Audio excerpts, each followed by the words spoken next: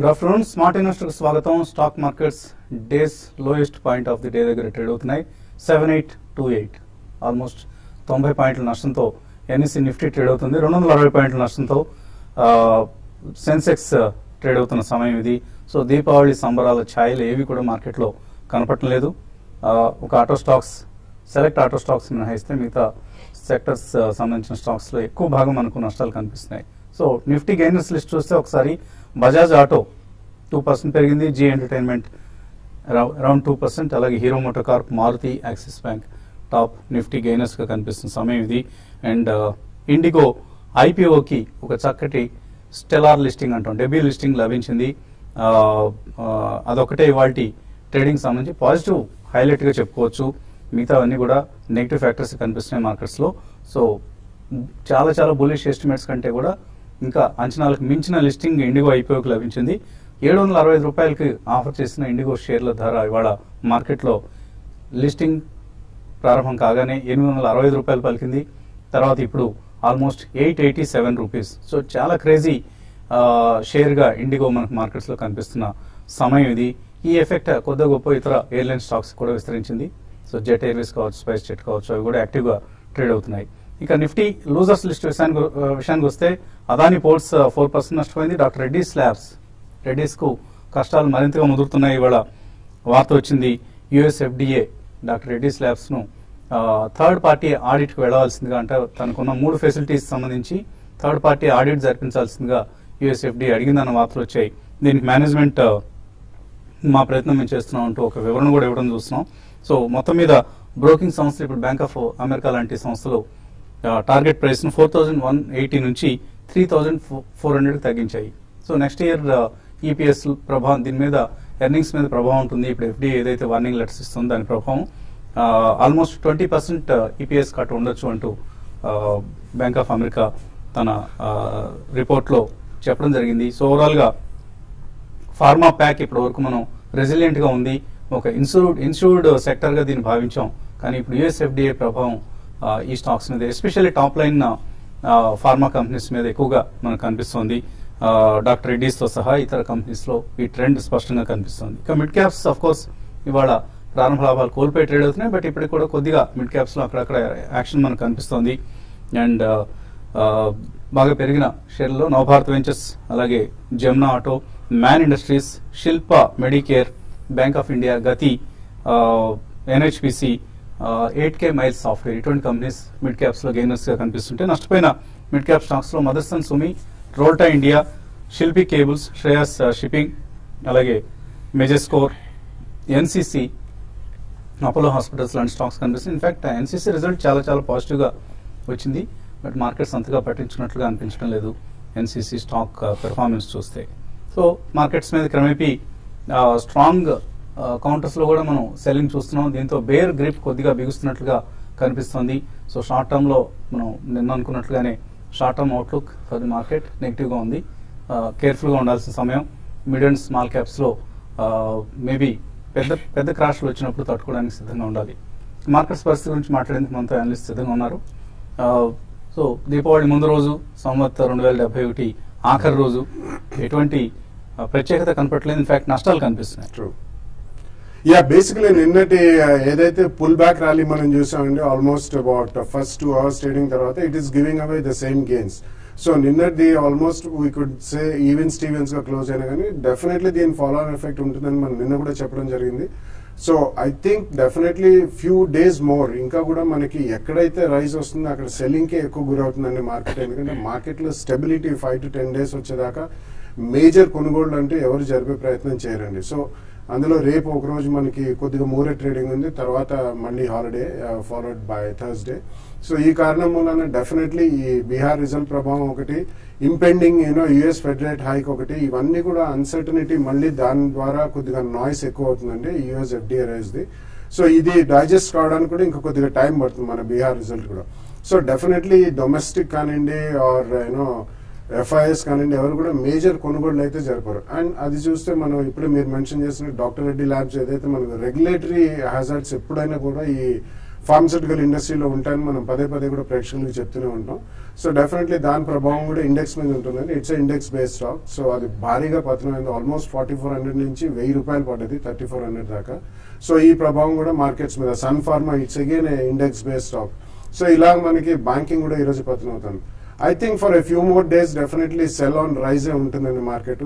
Definitely it's not going to be one way buying before this month and also. కాబట్టి కొద్దిగా cautious గానే ఉండాలి. ఎవరైనా బల్క్ మనీ కమిట్ చేయాలనుకుంటే మాత్రం వెయిట్ చేయండి. 5 to 10 days మార్కెట్ లో కొద్దిగా స్టెబిలిటీ కనిపించిన తర్వాత 1 or 2 days pull back rallies రావచ్చు. బట్ స్టిల్ కొద్దిగా మనకి స్టెబిలిటీ కనిపించిన తర్వాతనే మేజర్ మనీ కమిట్ చేయడానికి మనం రెడీగా ఉండాలండి. అప్పటిదాకా చాలా కాషియస్ మోడ్ అప్రోచ్ లో ఉండడమే చాలా మ్యాటర్.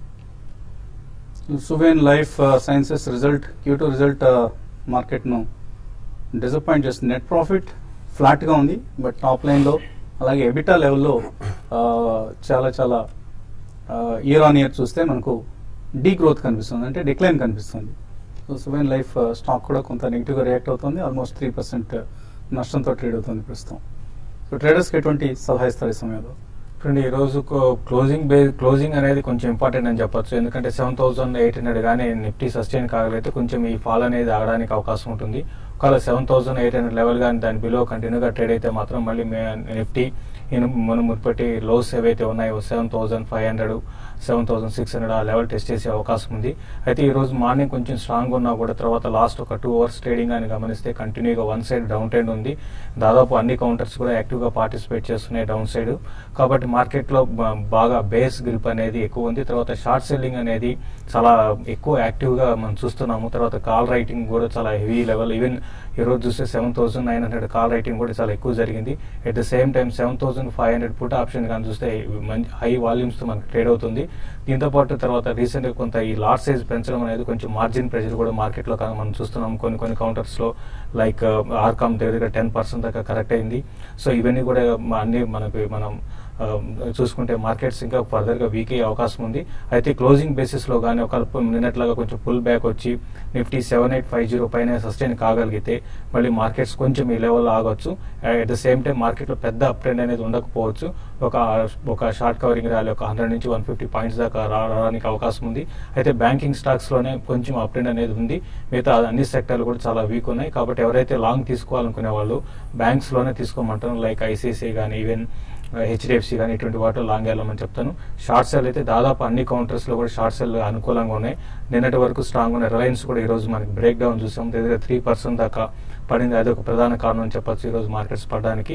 తర్వాత pharma counters Sun Pharma new breakouts చూస్తున్నాము. ఇన్ని రోజులు 840 లెవెల్లో ఉండేది, అది బ్రేక్ అయింది. తర్వాత మనకి 10 days బ్యాక్ డాక్టర్ రెడ్డిస్ కానీ చూస్తే 50-week హైక్ టచ్ అయింది. బట్ ఈ రోజు చూస్తే 6 to 8 months లోకి టచ్ అవుతుంది. కాబట్టి ఇవన్నీ కూడా ఏంటంటే ఇండెక్స్ బేస్డ్ స్టాక్స్ లో క్రాక్ డౌన్ చూస్తున్నాం. కాబట్టి నా ఉద్దేశం ప్రకారం అప్ సైడ్ అనేది చాలా లిమిటెడ్ ఉంటుంది. ర్యాలీస్ ని మనకి ఎవరైతే లాంగ్ ఉన్నారో ఎగ్జిట్ కామని చెప్తాను. బట్ ఇప్పుడు మాత్రం ఎవరైతే పొజిషన్ తీసుకోవాలి అనుకునే వాళ్ళు కొంచెం వెయిట్ చేసి ఒక 10 to 15 minutes వెయిట్ చేసి కొంచెం స్టేబుల్ అయితే అప్పుడు ఆప్షన్స్ లో ట్రై చేయమంటాను. ఈవెన్ ఫ్యూచర్స్ వెళ్ళాం కన్నా. కాబట్టి ఒక 2 తర్వాత మార్కెట్స్ కానీ ఈ లెవెల్ కానీ స్టేబుల్ గా ఉంటే కొంచెం షార్ట్ కవరింగ్ రావడానికి అవకాశం ఉన్నది. అలాగే దీపావళి రోజు మనం నిర్వహించే ముహూర్త్ స్పెషల్ లైవ్ షో రేపు సాయంత్రం 5 గంటల నుంచి 6 గంటల వరకు ఉంటుంది.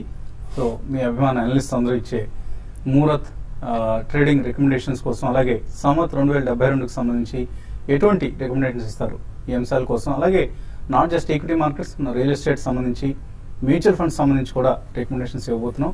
So keep watching TV5.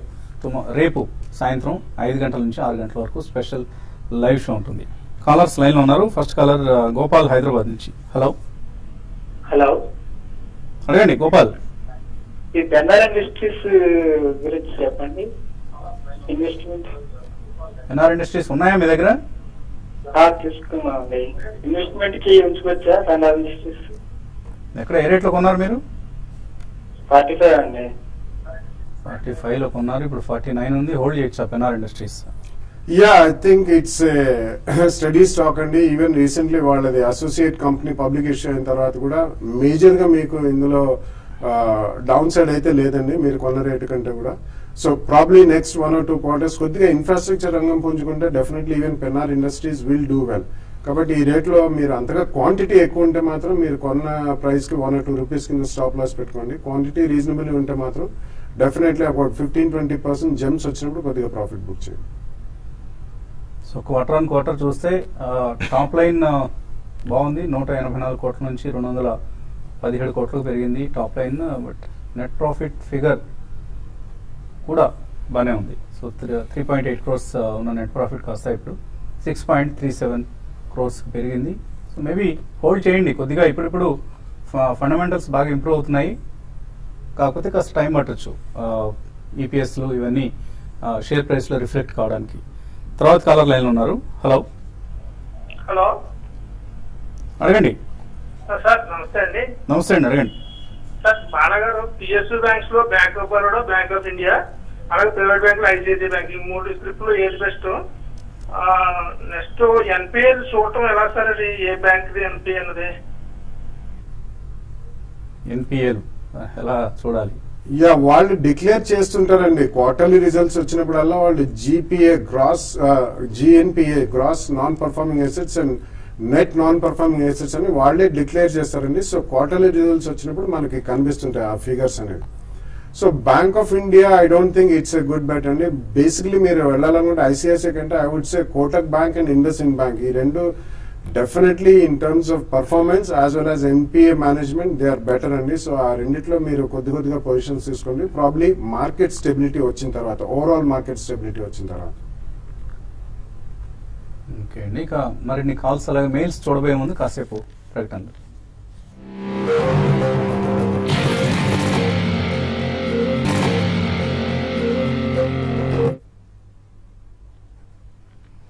Smart investor కార్యక్రమానికి తిరిగి స్వాగతం. ఎన్ఎస్సీ నిఫ్టీ 7828 దగ్గర 87 పాయింట్ల నష్టంతో ట్రేడ్ అవుతున్న సమయం ఇది. తర్వాత కాలర్ లైన్ లో ఉన్నారు విద్యాసాగర్ చిత్తూరు నుంచి.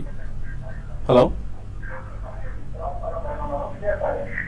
Sir, all of you happy Deepavali sir. Balasubrahmanyam sir కూడా happy Deepavali sir. Thank you అండి, విష్ ది సేమ్. నేను సువెన్ లైసెన్సెస్ 70 రూపాయలతో కొన్నాను సార్. అది ఇప్పుడు తగ్గుతూ ఉంది, దీని అంటే లాంగ్ టర్మ్ లో ఉంచేసుకోవచ్చు సార్. హోల్డ్ చేయొచ్చా సువెన్ లైఫ్? హ్యాపీ దీపావళి అండి మీకు కూడా. సువెన్ లైఫ్ సైన్సెస్ మనం గత 3 to 4 months కూడా కంటిన్యూస్లీ ఆ 280 and 300 జోన్ లో ఇది ఓవర్ ప్రైస్డ్ అని చెప్తూనే ఉన్నామండి. అండ్ రిజల్ట్స్ అంటే ఆయనకు ఒక స్పెసిఫిక్ మాలిక్యూల్ మూలన లాస్ట్ ఇయర్ టాప్ లైన్ కానీ ప్రాఫిట్స్ కానీ చాలా ఎక్కువ వచ్చాయి. దాని తర్వాత అది రిపీట్ కాదు అని మేనేజ్మెంట్ వాళ్ళే చెప్పడం జరిగింది. సో ఒకవేళ మీరు 70 రూపీస్ లో కొన్నా అంటున్నారు కాబట్టి క్వాంటిటీ ఎక్కువ ఉంటే తప్పకుండా కొద్దిగా ప్రాఫిట్స్ బుక్ చేయాలండి. అంటే we can never cell at a very high price. తప్పకుండా కొద్దిగా ప్రాఫిట్స్ బుక్ చేసి ఇతరత్ర వేరే మిడ్ క్యాప్ ఫార్మస్యూటికల్ కౌంటర్స్ లో కూడా కొంచెం ఆపర్చునిటీస్ వస్తాయి, అప్పుడు తీసుకోవచ్చు. ఇమీడియట్లీ కాదు, ప్రాఫిట్స్ బాగానే ఉన్నాయి కాబట్టి క్వాంటిటీ ఎక్కువ ఉంటే కొద్దిగా ప్రాఫిట్ బుక్ చేయండి.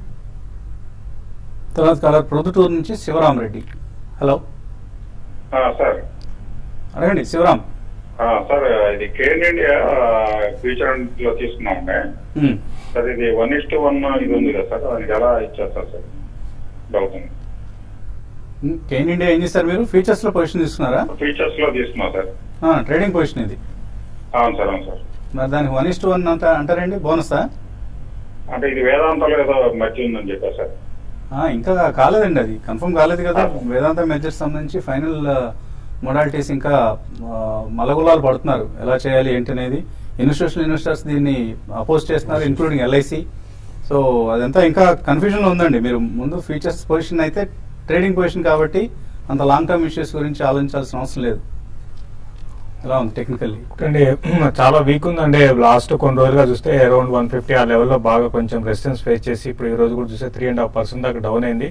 కాబట్టి మీరు బెటర్ ఏంటంటే మీరు ఫ్యూచర్ లో తీసుకున్నప్పుడు స్టాప్ లాస్ అన్న పెట్టుకోవాలి, లేదంటే మాత్రం ఇటువంటి వీక్ స్టాక్స్ ని మీరు ట్రేడింగ్ పొజిషన్ తీసుకోవద్దండి. ఇది ఎప్పటికప్పుడు న్యూస్ ఫ్లో అనేది ఎక్కువ కేన్ ఇండియాలో మనం చూస్తుంటున్నాం. Plus crude oil international market లో బాగా వీక్ అవడం ఇది కూడా ఒక నెగిటివ్. కాబట్టి మీరు 142 దాటితేనే మళ్ళీ స్టాక్ లో అప్ ట్రెండ్ ఉంటుందండి, లేదంటే మాత్రం 136 and 132 లెవెల్స్ కూడా టెస్ట్ చేసే అవకాశం ఉందండి. మరొక కాలర్ కూడా ప్రొద్దుటూరు నుంచి వెంకటేశ్వర్లు. హలో నమస్తే అండి, అడగండి. Sir Camlin fine chemicals long term Camlin fine sciences కొనుక్కోవచ్చు లాంగ్ టర్మ్ కోసం? లాంగ్ టర్మ్ కి definitely it's a good stock అండి. యాక్చువల్లీ ఇది మనం లాస్ట్ 1.5 year లో పదే వచ్చేస్తూనే వచ్చాం, కానీ ఆల్మోస్ట్ 3 to 4 times పెరిగిందండి ఫ్రమ్ ద లోస్. సో ఈ కారణం మూలన కొంచెం వెయిట్ చేయండి. నెక్స్ట్ 1 or 2 years కూడా మంచి ఎక్స్పాన్షన్ ఉంది అండ్ చాలా స్పెషాలిటీ అండ్ ఫైన్ కెమికల్స్ ఉన్నాయని ఆల్మోస్ట్ మోనోపోలీ సిచ్యువేషన్. మంచి కంపెనీ, కొద్దిగా మార్కెట్ స్టెబిలైజ్ అయిన తర్వాత 10 to 15% కరెక్షన్ లో first and second price point లో కొనుక్కోండి. ఓకే అండి. అలాగే ఈమెయిల్ సందేహాలు కొన్ని వచ్చాయి, వాటిని పరిశీలిద్దాం.